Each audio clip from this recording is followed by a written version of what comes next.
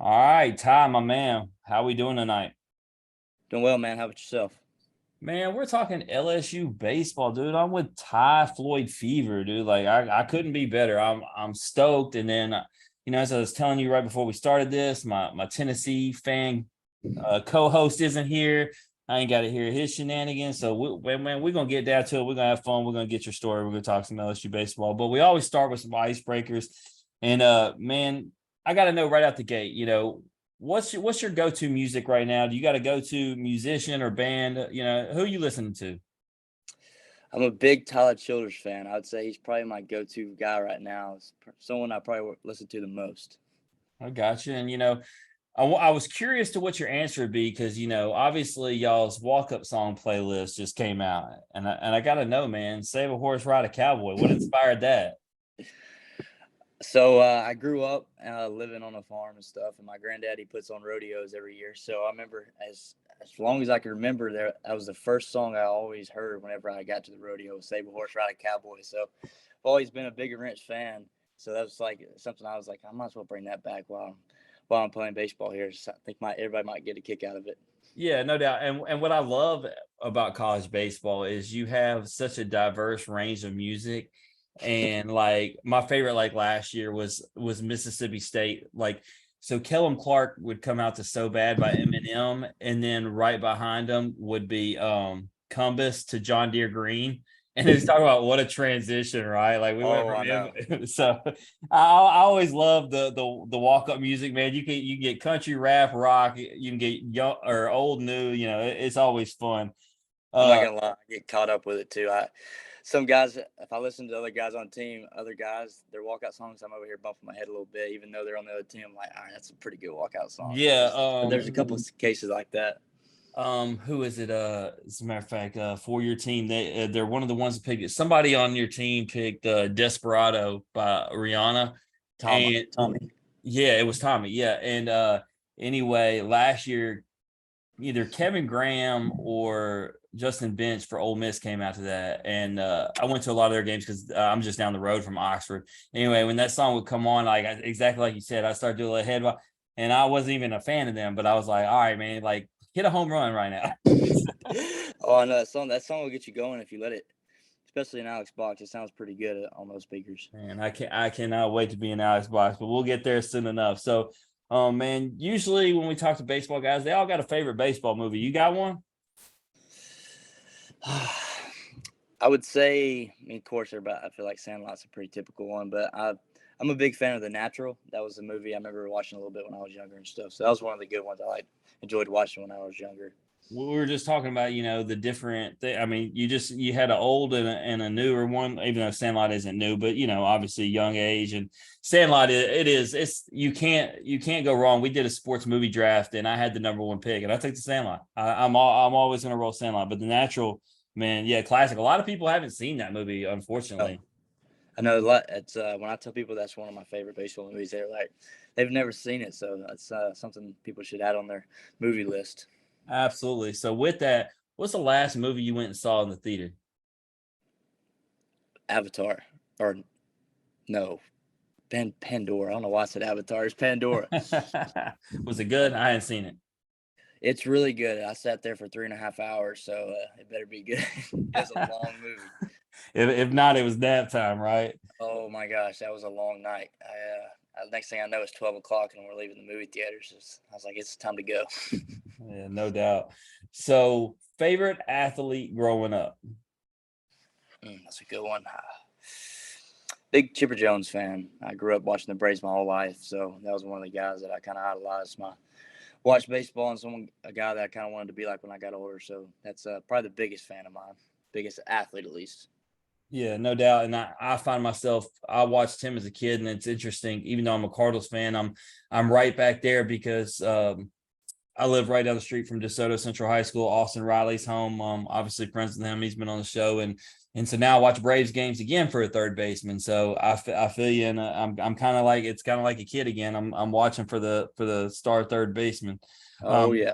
and so you said that was your favorite team growing up. You was Oh yeah, that was definitely my favorite team growing up. man, as a pitcher, you had to love. Oof. Hey, there was guys to like, right? Oh my gosh. Especially, I missed the Glad. I wasn't old enough for Glad and But Maddox I and know, stuff. but usually most guys will go back and watch the old Oh, games and they come on. I watched them all. I mean, I loved watching their highlights and stuff. And I'm like, gosh, I wish I could locate like Greg Maddox could or Tom Glavine. Like, God, those guys could do something special. That's for sure. There's a reason why they won the national championship or the World Series, yeah.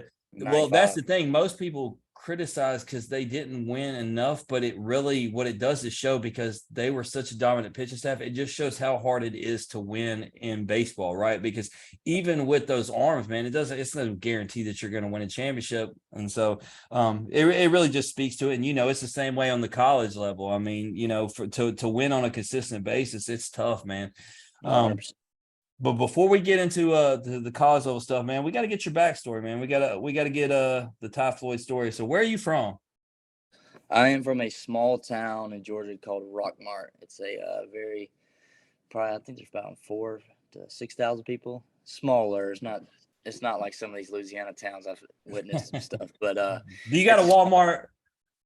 I got a Walmart. I got all the stuff I need down there, but also I can go 10 minutes down the road and I'm in the middle of nowhere though, so that's a perfect medium for me. I gotcha. I hear you. So, we always like to talk family dynamics. I looked it up. Obviously, you got some siblings, got some brothers. You had a dad that played baseball. Talk to me about your family. Yeah, so my dad played baseball his whole life and also basketball. He said from all the stories I heard he's a better basketball player than he was a baseball player. But he decided to take the baseball route, and then he ended up playing at Shorter University for I think 2 years. Ended up needing Tommy John. I think he ended up just quitting baseball at that time, and now he's works at a family tractor business. So that's he's a dealer. He's the head guy there, and then I got my mom. She's actually a vice principal at my old high school, so she was always in. I couldn't ever get away with anything when she was there.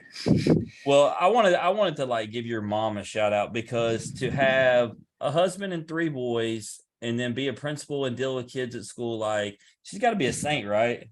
Oh, I don't know how she deals with it. Sometimes some of the stuff she's only allowed to tell me so much, but some of the stories she tells me, I'm like, God, I don't know how you get through the day. So She's she like, got to get through that day and then she's got to come home and deal with you guys. I know it's just like she's like, can you just be easy on me? I'm like, yeah, we got you.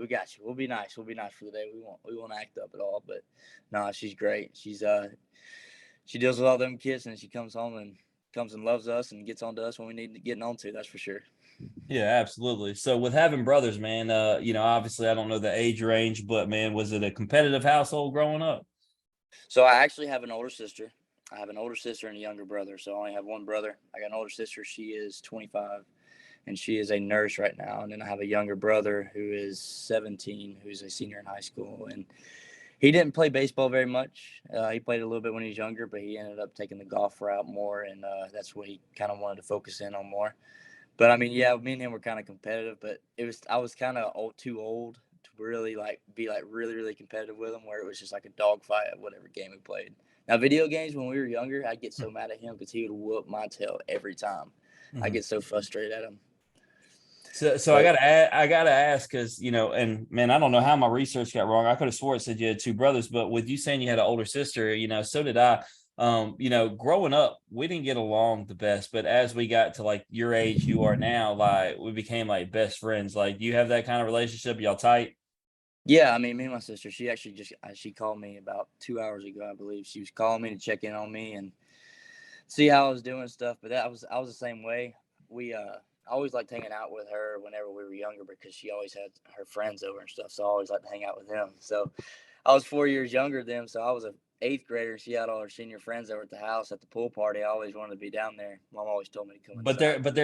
there's the flip side of that tie that me and you know. With that though, your friends then start talking about how hot your sister and her friends are, and then all of a sudden it's not fun anymore because you want to fight your friends because they're talking about your sister.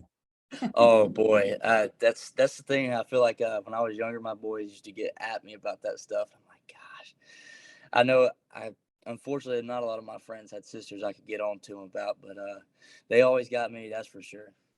Yeah, no doubt. So, at what point do you start playing baseball? Was it early? Were you a late guy? How did it work out? I mean, I've played baseball ever since I can remember. I remember playing. First baseball team I ever played for was a T-ball team. I believe it was Florida Marlins or something, or the Diamondbacks, one of the two. And it was a small field. And I played pitcher the whole time. It was only me and my best friend. He played first base and I played pitcher, and he's the only guy that could really catch it at 6 years old. So I would chase down any ball that was hit. I go all the way to the outfield and I'd throw the kid out at first, and kids would be sitting at shortstop, third, outfield, and everything. I just go steal the ball from him and throw it to first base and get them out. So that's the early remembrance, and I've been playing that. That's as much as I can remember, at least. I mean, I've always had a ball in my hand, no matter what kind of baseball or basketball, usually. Well, that's where I was going to go next. Obviously, seeing you that you were a basketball player, did you play basketball from an early age too? Oh yeah, that was literally the same amount of time as baseball. It's been a sport I've loved my whole life, and I enjoyed playing. It gave me kind of a break from baseball, and made me want to enjoy playing basketball even more. And then kind of made me like ready to play baseball. Whenever I got through the season, it's like, all right, it's ready to get this baseball time. Got excited for it, but I played till my senior year, and then I decided to be a PO. Yeah. Well, it's interesting you bring it up because if my main host was here, one of the things that he tries to talk about, because he's in Florida where the weather's beautiful year round, obviously. And obviously, you don't necessarily have to be in Florida, but, travel ball is something that takes place all year. So outside of when you're playing high school, you're constantly playing baseball. And he's a big advocate, even though he was a pitcher. He also played football, and he liked being able to play dual sports. And we talked to so many guys who talk about the benefits they had of dual sports, and you just said one, it gave you a break, right? And so not only does it maybe help you in different aspects of your versatility and how you are as an athlete, but also you just talked about like the mental stuff to give you a break, because man, if you're playing baseball year round at a young age, it's a good way to get burnt out. Oh, 100%. I agree completely. I think that was something that I think that's one of the reasons why I've always loved playing baseball, and I've never really got burnt out of it, was because I was playing another sport at other times. It was something that gave my brain a break from it. So all I wanted to do is shoot a basketball. And next thing I know, whenever that's over, it's like, all right, I got a baseball in my hand for the next, who knows, 6 months. So it's like, it was good to do. And I'm glad I did it my whole life, because there's people that told me toward the end of my high school career I need to put it down and stuff. And I was like, I don't want to do it yet, because I don't want to, you can get hurt doing anything. So might as well play something I enjoy playing. Yeah, I mean, if you got the talent in baseball, it's not going to hinder you. People say you need to put in more time. You need to put more time. If you got it, and especially if you're playing another sport, you're staying in shape. You're constantly working on things. We've had it. It doesn't matter what sport, whether it's like football, soccer, whatever. You're doing something. It's making you better. It's amazing how we've had baseball players who even played soccer talk about how it made their footwork better and things that helped them agility wise and everything. And then football, like I think just right off the top of my head, Landon Sims talked about it's what gave him that that motivation that he had on the mound, that that intimidation factor, because he always just pictured himself like when he was lining up at safety on defense. I'm not scared of anything, and I'm ready to take on whoever comes up. So Oh, yeah. it's just one of those things. But with that, obviously you talked about playing both in high school. Where'd you go to high school?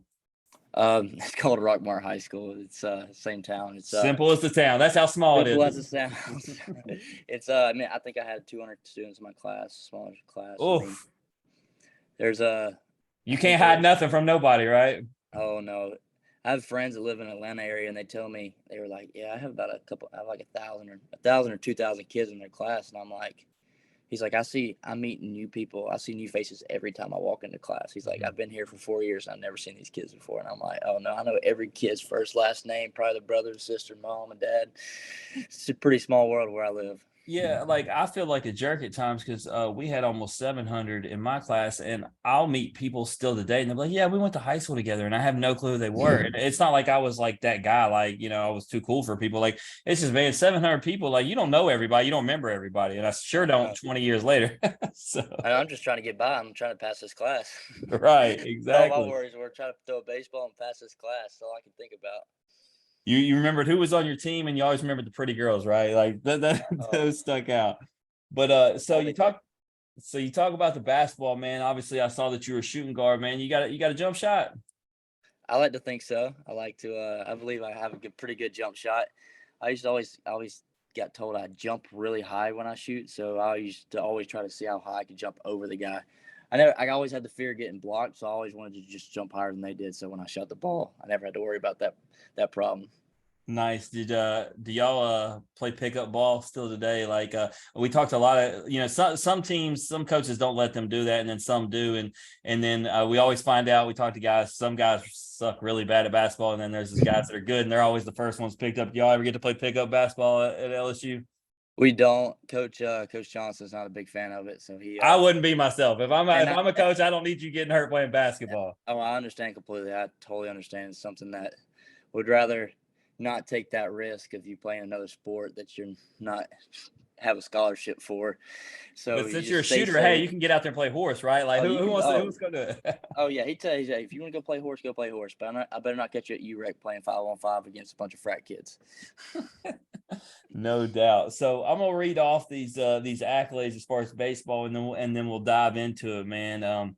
Number 28 ranked player in the country by perfect game. Ranked by perfect game is the number one ranked right-handed pitcher in the state of Georgia. You were voted the 2019 Class 7A Georgia Player of the Year.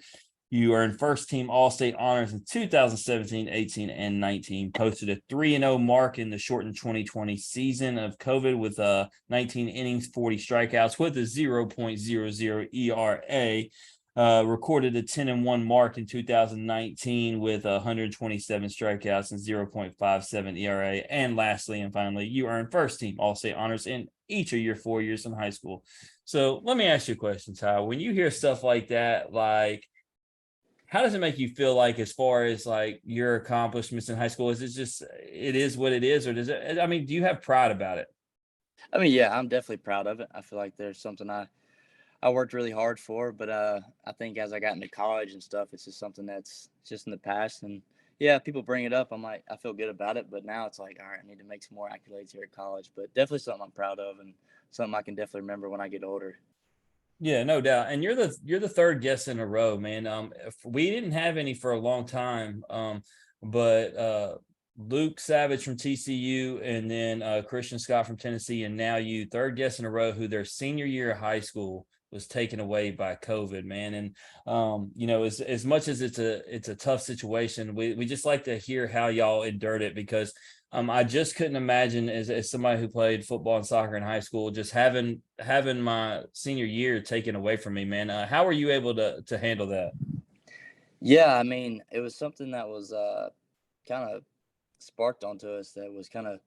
I remember we had practice one day, and all of a sudden, like, we had this little radio show we always did, like, on every Thursday night. That was something that, like, the baseball players, like the little town radio, always had a couple baseball players on there. We all, as a team, go down there and we eat food and listen to the guys talk on the radio, and then all of a sudden there's talk about the season or school getting canceled for the rest of the year. We didn't really know what it was, and then I get a text or getting a call. My mom calls me and tells me that school's been canceled and stuff, and that for the rest of the year, season's canceled. And I was like, I didn't know what was happening, and then so what happened is, like, school was canceled and everything was canceled, but we actually played one last game of high school ball. We snuck one in against our town rival. That's it's always a big game we always had every year whenever I was in high school and stuff. I got to pitch my last game at home. Luckily, it was unfortunate. I mean, it was something I didn't expect. I handled it well, because I think I was just kind of caught off guard by it, because I wasn't really emotional about it. It was just something I was just like, didn't really realize what was happening at the time. It's like people get hearing all this stuff on the news and stuff, but then when it actually came into the light, kind of just shocked me, and I couldn't believe it. Can't My senior year got pulled away from me, but I mean, I'm here now though, so that's the good thing about it. What I think I keep hearing unanimously, though, is, it teaches you to not take things for granted, right? Like, because you don't know in life in general, but I mean, just in sports, you just never know what happens. But that's a cool story that you were able to get that last outing. How'd you perform? Did y'all win? Oh yeah, we won. There you go. Went out on that winning note. We went out on a winning note my high school career, so I'm glad about it. Beat our town rivals. So that's all. That's a good memory about the COVID thing. So obviously, when I was reading off the accolades, talking about 2017, 18, 19, success in all of them. So instead of like breaking down and going through all that, because obviously we want to get to the LSU stuff, man. Which one was your favorite season? And give me I'm asking you to think back a little bit and you go through it all, but give me your favorite season, and then also give me your favorite moment.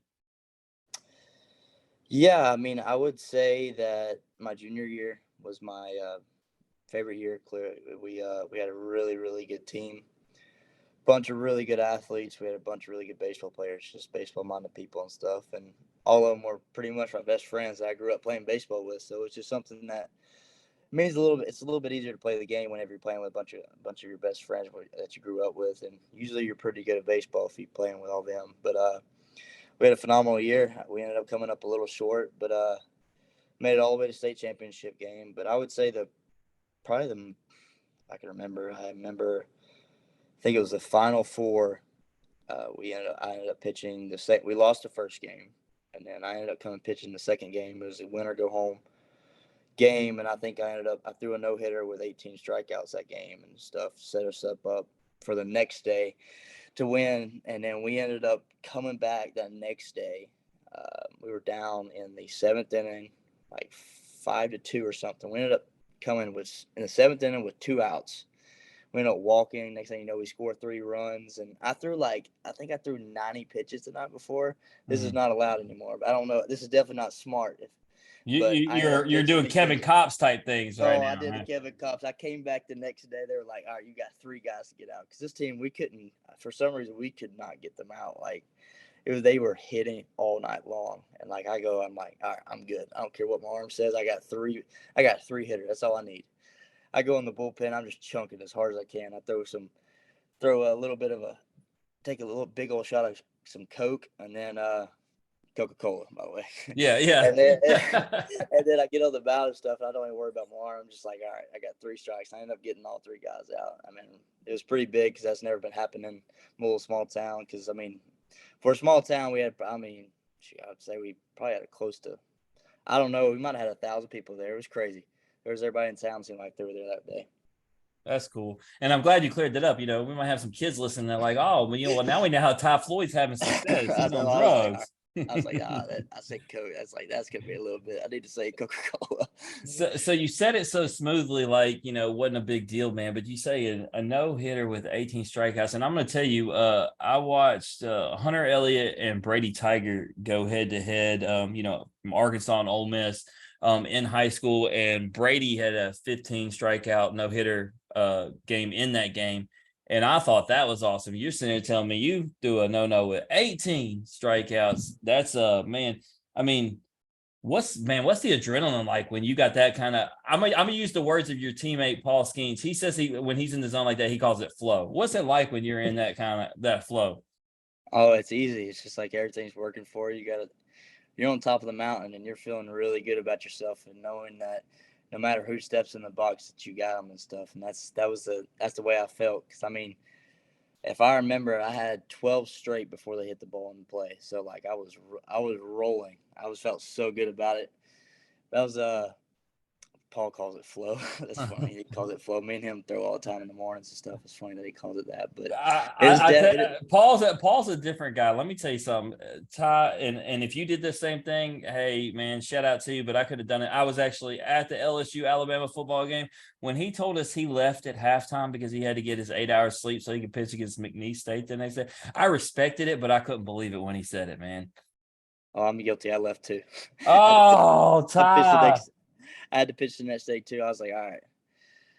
Hey, I was there. I watched you guys. I know these. I was there for the whole doubleheader. But man, I can't believe you guys left that game. It's Alabama LSU, and Paul's at least new to the LSU culture. You're not, man. You know better than that. I know. I was frustrated because as soon as I walked out, all of a sudden I just hear. I mean, what I was like, and I was thinking too much about it. I was like, all right, if I leave this game, I was like, if I stayed to the end of the game. Because my roommate Jordan and most of them stayed and stuff. They didn't get back till 2, I don't think. And I was like, God, we had to be at the field like 8 or 9 or something. I was like, and now I think about it, I was like, I didn't pitch till the second game.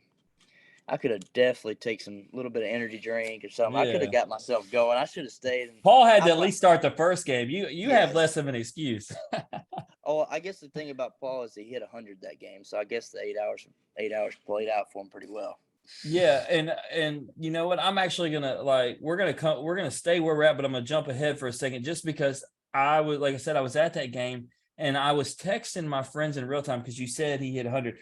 so his first pitch of the game is 95, and then he went up to 96, and every pitch was going up a mile an hour. And I texted my buddy at the time in which he had hit 99. I said, I think we're gonna get to 110, like because he's going up every single pitch. I was like, we're gonna get there. But what's funny about the Alabama game is Ty, I came down there for I'm as big as football as I am baseball fan, but I never expect we never beat Alabama. So I went to the game, but I'm down there more so for baseball than football. Little did I know I was gonna get, both. I was gonna get a show for both. That was and I got home and I turned on the TV. I was yelling at the TV the whole time. I mean, I was locked in, but I remember I do regret it. I regret leaving that game more than anything. But my God, I remember sitting at home and I was just screaming at the TV at whatever time it was. My roommates kind of rubbed it into me because they sent pictures of them on the field after the game. I was like, God, Jesus, I never got to do I that. actually didn't storm it. I actually sat there and videoed the people doing it.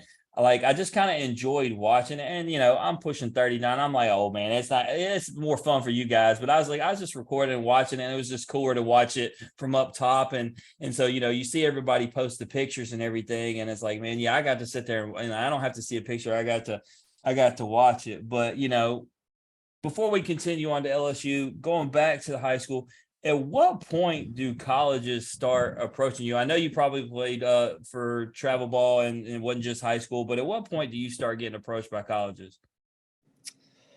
So I got started getting approached my freshman year, but I was at Georgia Tech started recruiting me, but they started recruiting me as a hitter and a shortstop. So I played infield. I always hit most of my life, and I didn't even really like pitching until my sophomore year.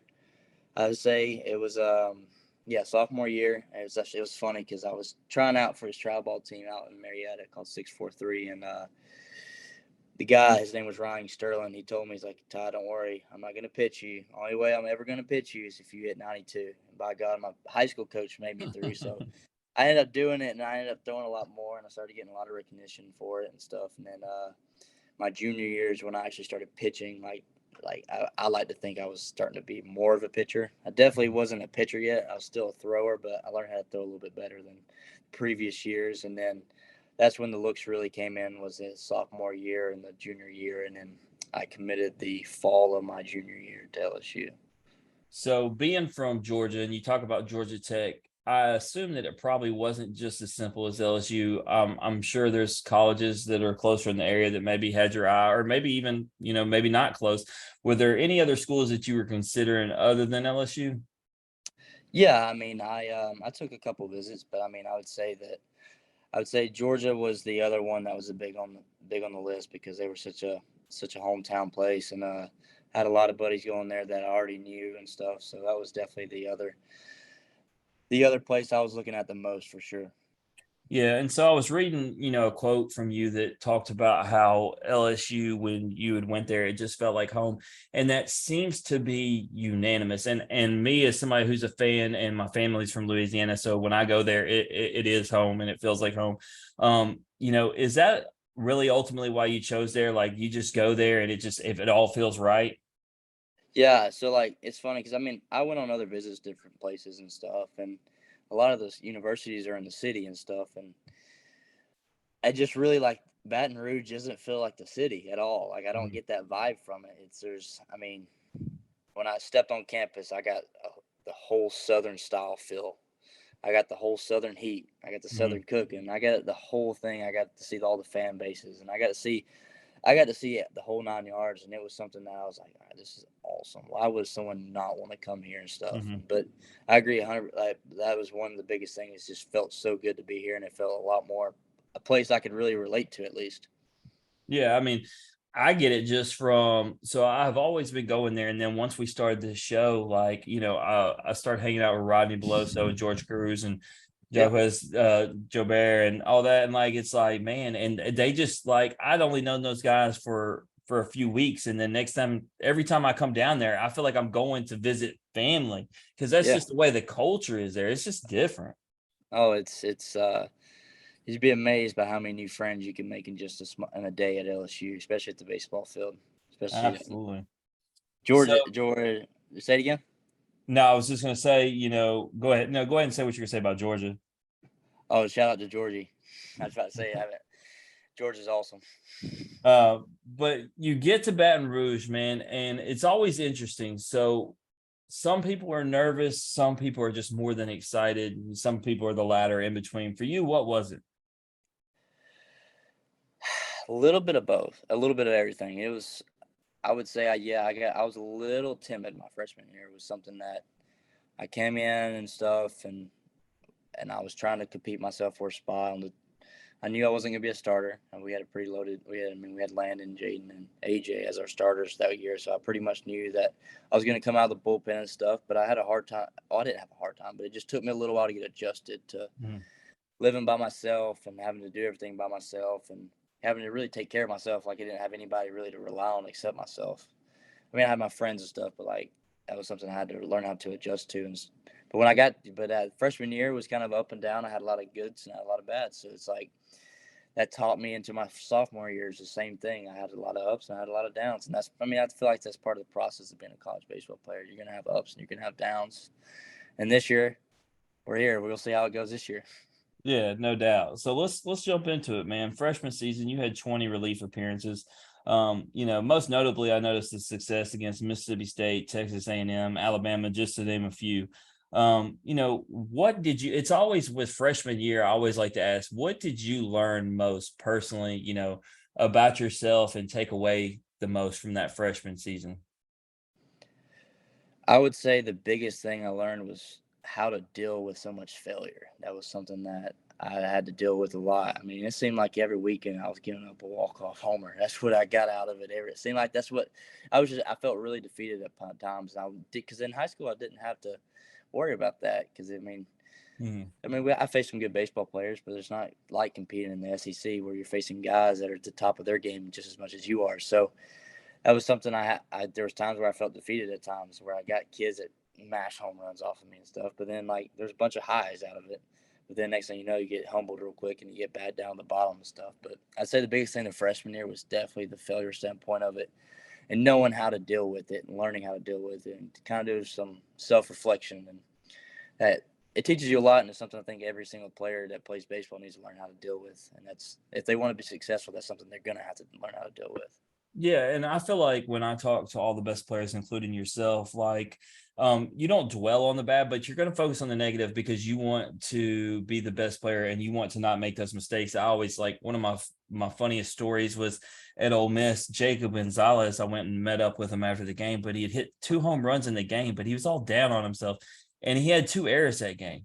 And Yep. Gonzalez doesn't believe in making errors, and so even though they won, even though he hit 2 home runs, all he could think about was I can't be having errors. And so no Yeah. different than you talking about, giving up the hits or the home runs. Like that's kind of your focus. And like you said, you don't dwell on it, but man, you got to think about it because those are things you want to clean up, you want to fine Yeah. tune and get rid of.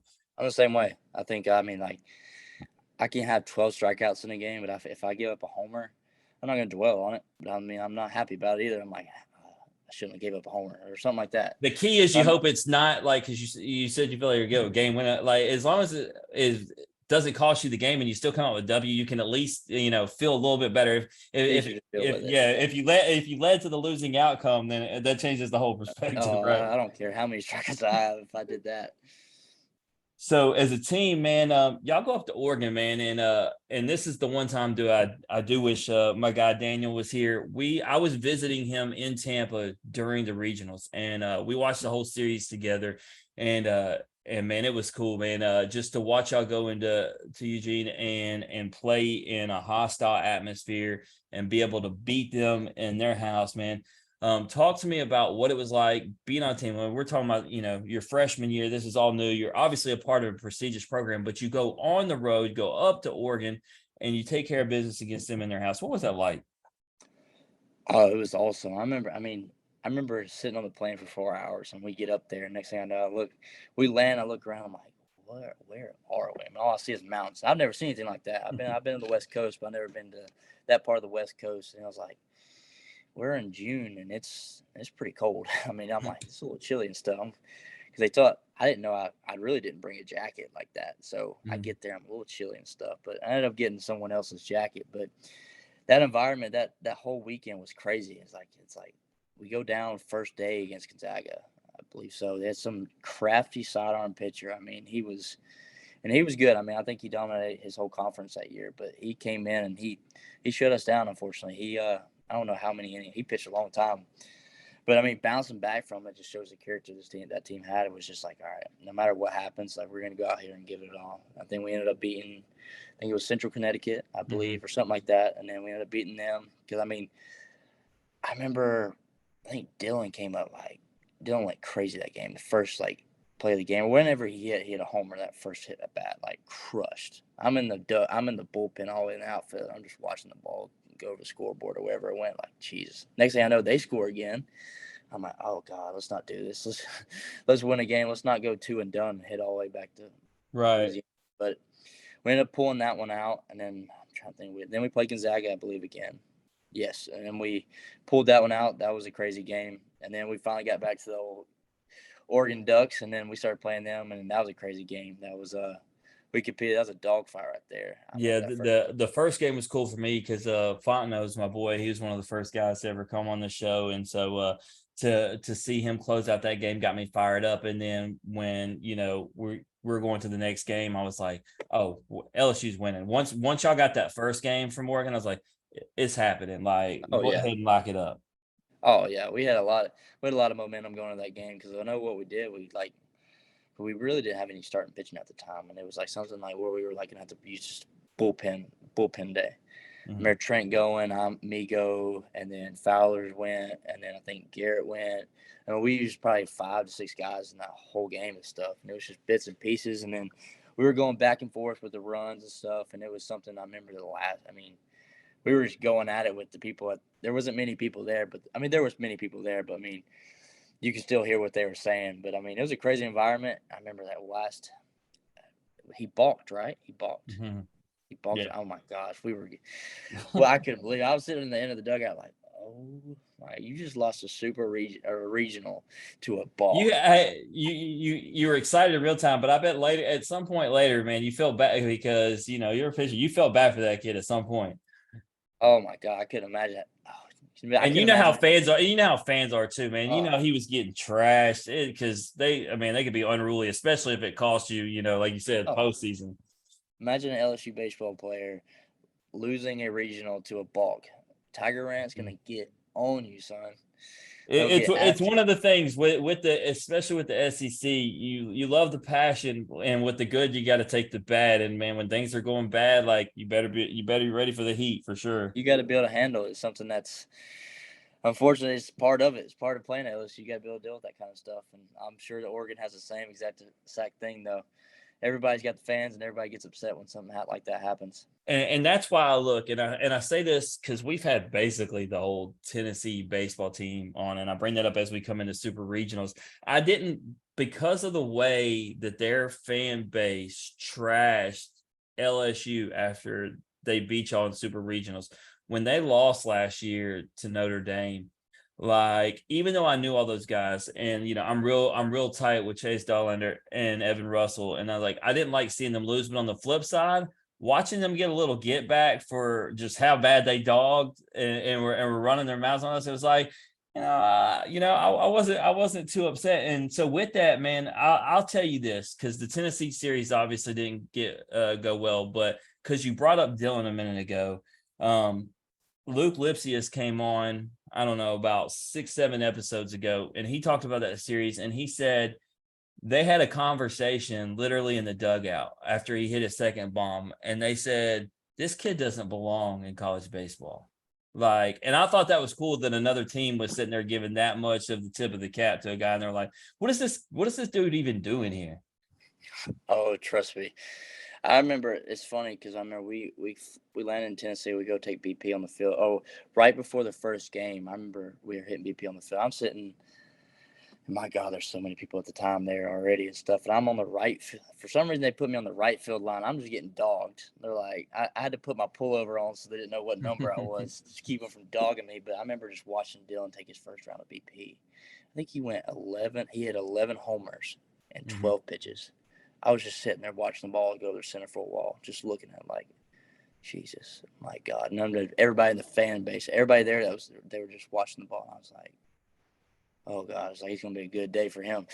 I was like, it's just impressive to watch, and it's something that Well, I mean, have you ever met a guy like him? Like when we had him on this episode or on the show, we had him right after his freshman year, and he refused to say anything good about himself, not one time. And then when we asked him, because obviously he was rated as the 15th best MLB prospect, all he could talk about was how he needed to go to college and improve. And then he was talking about all he needed to do was improve off his freshman year.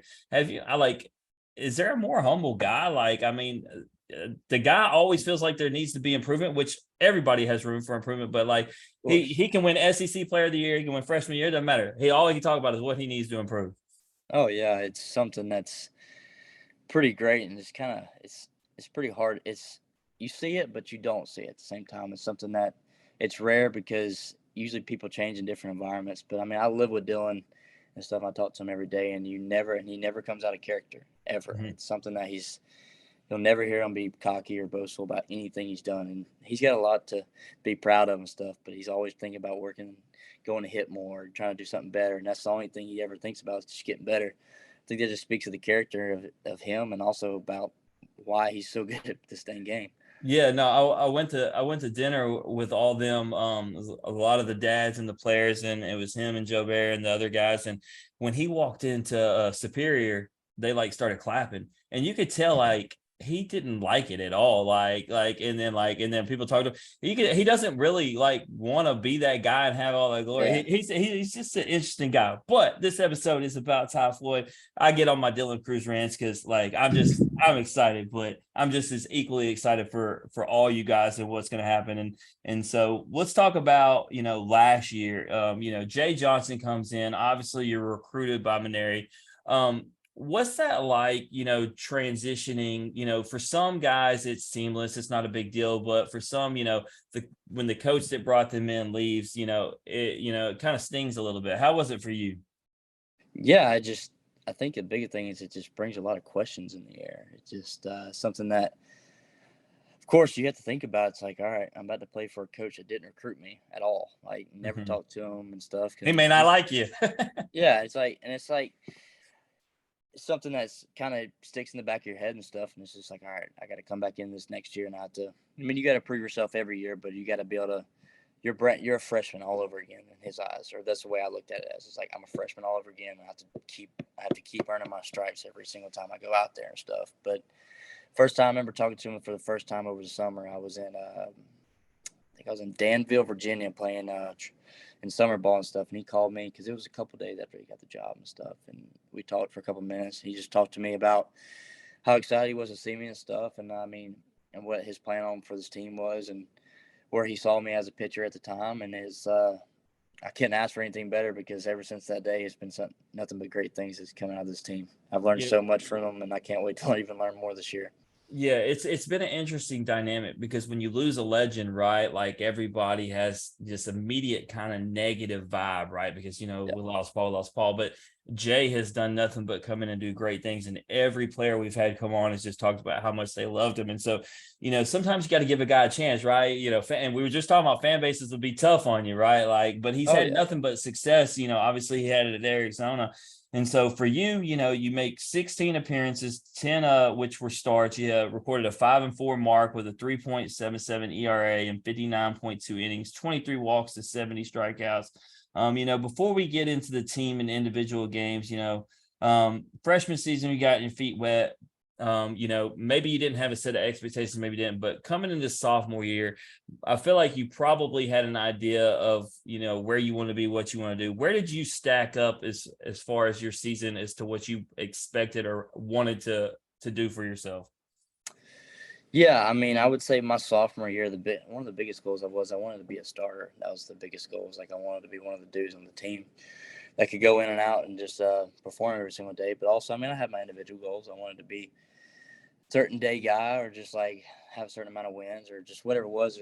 But usually what I do is I usually had like daily goals when I go out and pitch. I wanted to be successful with not walking this many people or just trying to just controlling what I can control or just trying to do what I can do good. That's because it's easy to, I try to stay in the present a lot because I feel like it's at times if I get too ahead of myself, that's when I start getting lost in it, especially for me. But I mean, of course, you got to set long-term goals, what you want to end up doing in your life, and if you want to make this game your career. But usually, I like to keep one day at a time and stay in the present. Yeah, absolutely. And so you mentioned the walks. You had 23 walks to 70 strikeouts. Obviously, that's more walks than you want, but it's not just a tremendous amount. So I feel like you didn't do too bad in that area. And then you said you wanted to be a starter, and obviously you started 10 games. So you got to that role and you had success. You had more wins than losses. Your ERA wasn't too high. So I mean, I felt like you did pretty good for what it was you were looking to accomplish. You had Yeah, strong appearances against Vandy, Bama, Ole Miss, even though it was a relief. And then you got to start game 2 of the Hattiesburg Regional, which I was actually there to watch you pitch. yeah. But let's start. What was your, of all your starts, what was your favorite one? And if it was Vandy, I get it because y'all beat the mess out of them. That's a. It's hard to say because it's like something that I would. I'm gonna say Vandy because it was probably my most successful outing I had all year. But it's hard to beat that Hattiesburg outing. That was.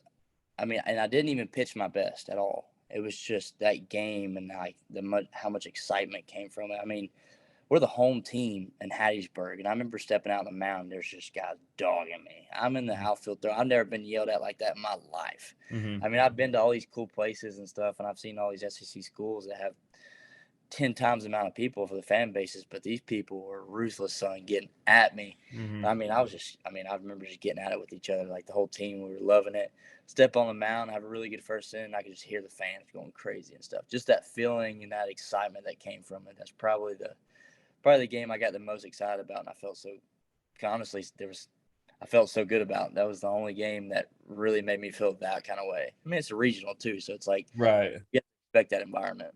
Well, the Vandy thing was cool because I was actually in Baton Rouge for the sweep of Ole Miss over you guys, and what I loved was hearing the guys talking about we just got to focus on next week, and then y'all go into Vandy the next week, and it was almost like the Ole Miss thing didn't happen. Y'all just beat the tar out of Vandy, like you said. You pitched well. Y'all teed off so many runs. Like the Whistler had nothing to whistle over that weekend. And so that was cool. And then as far as Hattiesburg, man, I got to tell you though, Ty, like it might be cool from a player experience. Like, all right, so you can't get regular tickets because like 3/4 of the seating is GA and then it's bleachers, and you're jammed in, and you know how hot it was. You were there. Oh, It's freaking hot. You're jammed in. So I ended up not sitting down at any point in any game. I ended up standing over by the fence, and it was a mediocre view. So I watched you pitch, but it probably wasn't my favorite view to watch from. But like I couldn't be stuffed in there in 100+ degree heat with a whole bunch of Southern Miss fans. So I was like, man, get me out of there. So I'm not a fan of Hattiesburg until they expand the seating, give me an option to oh, actually buy something other than GA. oh no! It was. I could tell. There's no way I could be in that stands right there with that many people and how hot it was. I know my dad was so far away from that. He was probably watching on his phone in the outfield somewhere. He probably was getting away. He cannot stand being around that many people in that kind of hot weather. I can't blame him. I'm the same way. That's too hot for me. Yeah, no doubt. So I thought Eric Reisman came on here and said it best, because it sounds sour to say when you're on the losing end, but we were in agreement. Any guy I've had on here, even people who aren't LSU guys, felt like LSU was the better team. And he said it best that y'all just simply let it slip away, which is the easy way to just say it. But like, I mean, do you feel the same way? Because like, I mean, when you look at it, I mean, y'all the ball, was in y'all's court. Y'all had the upper hand, and man, just couldn't close the thing out. Yeah, I agree with that one. It was something that, and Coach Jay does a great job of explaining this. He says it's like there's teams that are loaded and there's teams that aren't loaded, but it's not about who's the best team. It's the team who plays the best that day. Mm-hmm. And unfortunately, they were it. Their pitching staff. I mean, we hit pretty well, and I think I will take some of the blame for the pitching staff. Like we didn't execute as well as that we should have. I feel like because the previous weeks we did really well, and that was the one week we didn't really pitch the best we could and stuff. But we did. We let it slip away. We had it after Gavin hit that nuke. I was like, oh, we got this right there, and Mm-hmm. it I felt like, and also I'm not, God, they kept on bringing these lefties in. I felt like, God, I swear, I thought they had unlimited amount of lefties and stuff. But it was a heartbreaking feeling and stuff. But I mean, we let it slip away. That's for sure. And we had the Ole Miss. We had a lot of the Ole Miss guys on. They even though they knew the possibility that y'all were ready to get that get back from what happened in Baton Rouge. Most people think that because Southern Miss is in Mississippi, Ole Miss they wanted LSU, like not in a bragging, but like they were looking forward to a possible showdown with LSU. And Eric had said the same thing. Like Ole Miss, LSU, want them to go to Omaha, like. That I think that's what everybody wanted. And so then just to see the way the Ole Miss teed off on Southern Miss and it wasn't even competitive, that wouldn't have happened with LSU. So that was kind of a little bit of salt in the wound for whether you're a player or fan, because I just feel like LSU would even if they'd have came up short, it wouldn't have went the way that series did. But it is what it is. Super regional with LSU versus Ole Miss. So a little bit Man. of everybody. LSU's a little bit of that sour taste in their mouth. So I can only imagine the amount of people that are there. And the amount of comeback we wanted on them, that's for sure. But hey, we're gonna get it back this year because we fixing to jump into it right now. Ty, one of the advantages for you as a pitcher on LSU is you practice and scrimmage against the best lineup in America. So man, there is no better practice than what you get to do on a day-to-day basis to prepare you for the regular season. So everybody knows Dylan Cruz. We talked about it. Everybody knows Tommy White. So outside of those guys, for those who are listening who want to know more about LSU, who maybe don't get to go down to the games like I've gotten to do, tell us about some of the other bats they should look for, and then give me the sleeper guy that nobody talks about. Oh, that's a good one. I mean, there's a bunch of really good hitters on the team. Hey, rattle them off. Hey, I want to hear it. Let's go. Oh, gosh. I mean, Paxton Clean, really good bat. I mean, he's freshman he's one of the guys I swear I couldn't get him out this fall. I mean, Jared Jones been mashing baseballs, absolutely crushing them. I mean, Brady Neal, he's doing really well. And I would say, I'm trying to think of some other guys that are doing well. I mean, all of them are doing pretty well. I mean, Gavin Goodger, he's going to be good. Who else? I'm trying to think of some guys. I mean, half the time I'm always with the pitchers and stuff, but I'm trying to think of some but big sleeper, I would probably say Jared. Jared he's been on a little bit of a pretty good hot streak here the past couple. I mean, shoot, he was hot in the fall, but he's staying just as hot right now. So out of the returning guys like the Joe Bears, Dugases, the Thompsons of the world, who's gonna be that guy? Who's gonna like just take it next level this year? Who you putting your money on? Oh God. Putting you on the spot. But we ask all you guys these questions. I got to be careful with this one. I got Joe Bear and Jordan are both my roommates. I'm going to say Jordan because I feel like Jordan is like, this is a good year for him. I think that he's been, and both Jordan and Braden and Dylan, they all work just as hard as each other. They're always with each other hitting and stuff. But I think this is going to be Jordan's really big year. I think I feel like last year he kind of, he didn't have as good a season I think as he wanted to have after a lot of people didn't know he had surgery and stuff, so he kind of got beat down a little bit by a lot of people with Hey, he gave me one of my favorite moments of the season. I was at the Shriners Classic in Minute Maid. That home run, the walk off. That's like 8 weeks post-op of surgery, like a knee surgery. It's like, look, I know he's got some power, but I mean, he teed off on that thing. When that ball launched, I mean, I was standing right beside Coach Johnson in the dugout, and he was talking about a situation or something. I can't remember what it was. It wasn't about even Jordan hitting. Next thing I know, I look at the ball, and the ball's launched, and Jordan just does that bat flip and stuff, and Jordan just turns his head, looks straight down at the foul line, just starts walking. All of us are screaming, running out of the dugout and stuff. And I was like, and I look after we get home and stuff, because Jordan was my roommate on away trips. I looked at him, I was like, I didn't know you had pop like that. I mean, dang, son, you launched that baseball. He's like, hey, I got a little bit like that.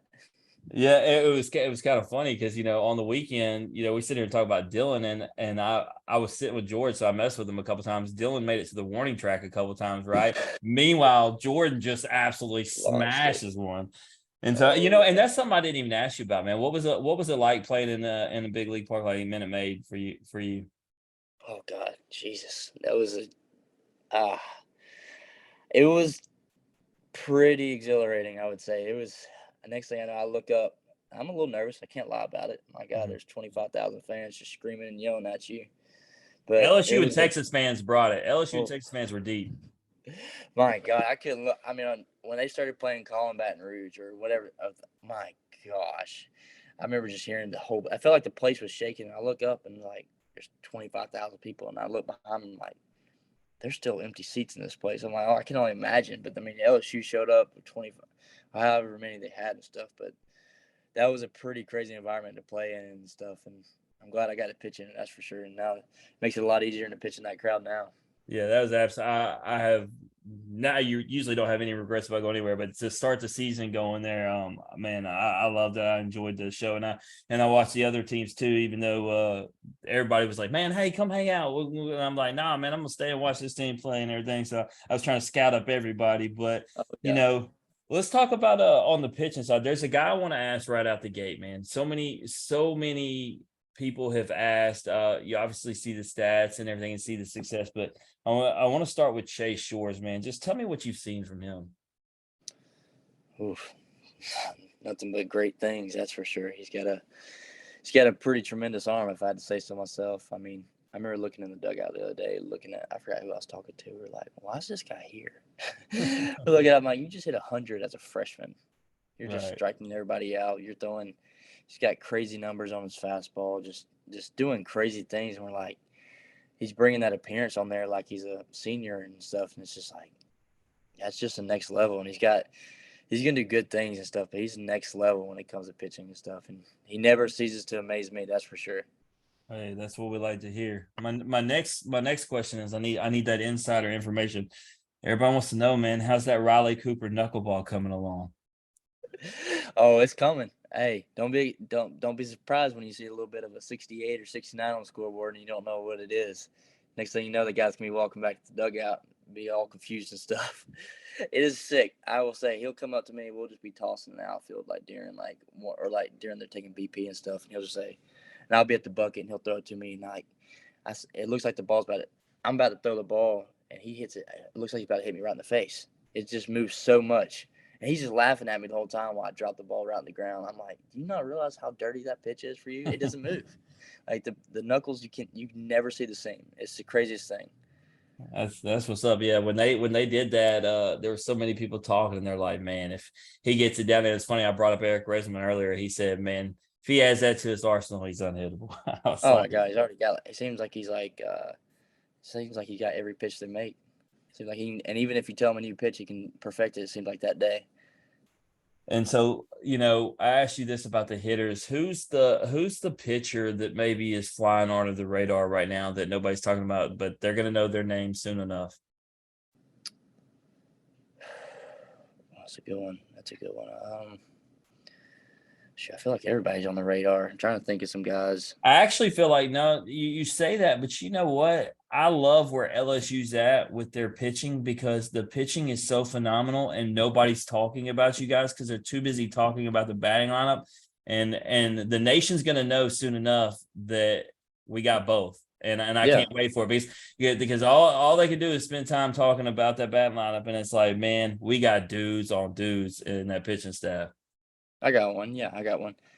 I would say that Garrett Edwards is going to be the guy that not a lot of people see coming in and dominating. He didn't get to pitch much very last year, but I mean his past couple outings, the past 2 weeks, 3 weeks has been absolutely dominant. He's got his velo up a little bit, throwing some really good breaking balls, and honestly been doing really well against our hitters. And if you can do well against our hitters, you know you're pretty good at this game. Yeah, and that's what I was saying, man. I think there is no better. I mean, you're going to be prepared for anybody you face coming into this season because of the lineup you'll face. I mean, you just can't underrate the value of what LSU baseball is getting, whether you're the hitters facing the pitchers or the pitchers facing the hitters. So, but man, I'm gonna let you off the hot seat when it comes to baseball, man. I look forward to everything. I got my tickets already for Arkansas, Tennessee, and then Mississippi State. And then I told George and the boys I'm going to try to make it for Sanford, especially with it being military appreciation weekend. I want to be there for that. So at minimal, I think I'm going to be there for 4. And then I already know y'all going postseason. It's happening. Wherever y'all go postseason, I always am. I'd like to get there. I'll watch y'all in Oxford because, like I said, I'm watching. I live 40 minutes from Oxford. That's why most people are like, you're an LSU fan, but you go to so many Mississippi State and Ole Miss games. Well, I mean, they're just right down the road, right? So, and that's why I'd rather watch y'all at home, but it ain't a bad thing when y'all come to Mississippi. Like last year, I love Mississippi State, and hey, I got one more Dylan Cruz story for you to make you laugh. My son is a Mississippi State fan. He's 10 years old, loves Mississippi State. Take him to so many games. He's gotten to know the players. And so I'm out there meeting you guys at the buses, and I'm standing there talking. I'm with Rodney Beloso and George Cruz, and we're sitting there with Cade, and Dylan comes out, and Dylan goes to give my son a fist bump, man. And he's very aware that Dylan hit the home run that gave y'all the go-ahead that Friday night. And he withdraws his hand and looks at him and says, "Hail State." And I don't think I've ever been disappointed in my son in my life until right then. I was so embarrassed. I was like, oh, stiff Dylan Cruz. And so I told all the Mississippi State guys that, because when I got done meeting at the buses, I went over there and met with Cameron James and Logan Tanner and them. And I said, "You won't believe what my son just did." And they told me, like, "You're a dog for life." And I was like, "Y'all can have him, man. As a matter of fact, somebody give him a ride home. He ain't coming with me." That's awesome.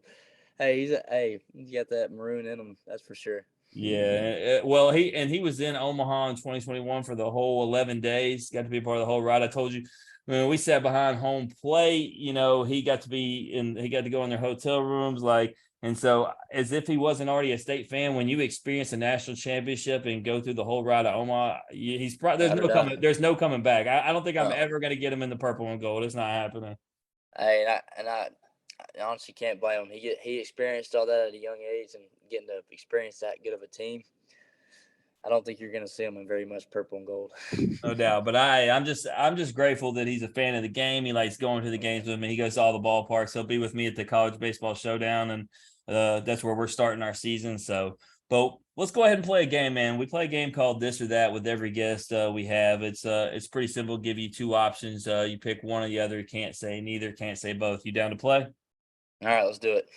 All right, man. This one could be an easy question. Might be a hard question, man. What's better, the food in Georgia or the food in Louisiana? Grandmother owns a restaurant in Georgia, so I'm going to say Georgia. Always a smart answer, man. If you got fam that you gotta shout out, you gotta go that way. But food is better in Louisiana than anywhere else, so I have to disagree. But it's all good. Oh yeah. Hey, I'm all for it. That's fine. You got to have your state passion. Does Grandma use some of that the Hot Rods rub on her food? That's the question. I know I'm talking about. Hot Rods got that seasoning's good. I haven't showed it to her yet, but I know one thing I got to after that. I remember I got the whole pantry full of it right now. All Hot Rod Creoles all in the pantry right now. I need to give her something to let her try it out. There you go. All right, so no pressure. I've asked you enough questions about your teammates. It's the only one I got for you. As a pitcher watching them, who hits better home runs, Tommy White or Dylan Cruz? That's a good one. I'm going to say Dylan, because I've seen Dylan hit a lot more than Tommy. Can't go wrong with the answer, and I got no dispute. All right, man. Are you a beach guy or are you a lake guy? I'm a lake guy, 100%. I like wake surfing. There you go. I heard that. All right.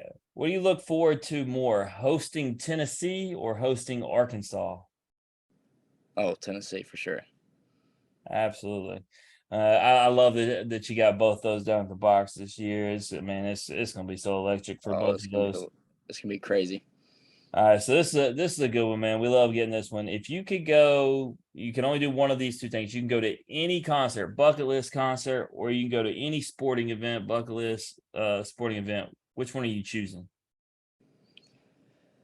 Oh God, you said so. You can go to any concert ever. Like it could even be a past concert, it could be a future concert, it could be whatever artist you want, wherever you want. If you want to go out to Red Rocks and watch the concert, or sporting event. It could be anywhere in the world. Like, which one you choosing? Oh, wow. That's a good one. That's hard. Since I'm such a big fan of country music, I would gonna have to say I would like to go to a concert at Round Rocks or Red Rocks. I'm sorry. And all right, who's playing? Give it like you can line up a couple artists. Who are they? All right, all right. Dream, I would say. Of course, I gotta say Tyler Childers, one of my favorite artists ever. Wouldn't mind having a little bit of the King of Country, a little George Strait. I think that's gonna be rare to see, but that'd be a big one. All right, if I had to name one more, it's a hard one. I'm gonna go with Morgan Wallen because he's got a lot of good songs lately. I mean, his country is a little bit different than others, but I still like it. So I would say him. If you get a little bit of different types of country and all three of those kind of guys. So I think that's a good mix. Earlier we were talking about in regards to being able to appreciate things, and I'll tell you, because you brought up George Strait, and I wasn't able to appreciate it as much. When I was 10 years old, my parents took me to a George Strait music festival in Nashville, and the artists at that festival were Kenny Chesney, Tim McGraw, Dixie Chicks, Leanne Womack, Alan Jackson. Like, it was all the best artists. And like at that time, like, I didn't even really, like, I was decently into country, didn't appreciate it as much. I went and saw Kenny Chesney like 7 times after, like at some point, but like at the time I didn't know who he was or anything. And so it's crazy. Talk about it. I have no idea at the time that I'm going to see like all these country legends. Like, so. Oh yeah, that's insane. You got to see a pretty good bunch right there. What I was more focused on was like the 8-to-1 girl to guy ratio as a 10-year-old. That's when I first started liking girls. So I was more focused on all these girls in cowboy hats.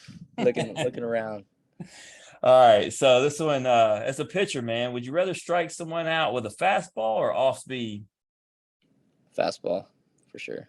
That's always been the answer, man. It's always blowing a bomb. No one ever says the off speed. All right. This one's our new interesting question we added to this season. There's no good answer, but you got to answer. Would you rather be attacked by a tiger or a grizzly bear? Oh God, I don't know. Probably a tiger. I don't want nothing to do with a grizzly bear. There, like I said, there's no good answer. The way we determined this is, as the host, we decided, we actually said grizzly bear because as an LSU guy, and if you've seen the Hyatt videos, the tigers are nocturnal. Don't sleep at night. Anything that can prowl and hunt me at night, I'm more scared of. And then a bear sleeps 25% of the year. It's kind of lazy, But Christian Scott came on here and said he could outrun a bear, and then I looked up immediately after the episode. They run 35 miles. They run 35 miles an hour. Not happening. Oh, no shot.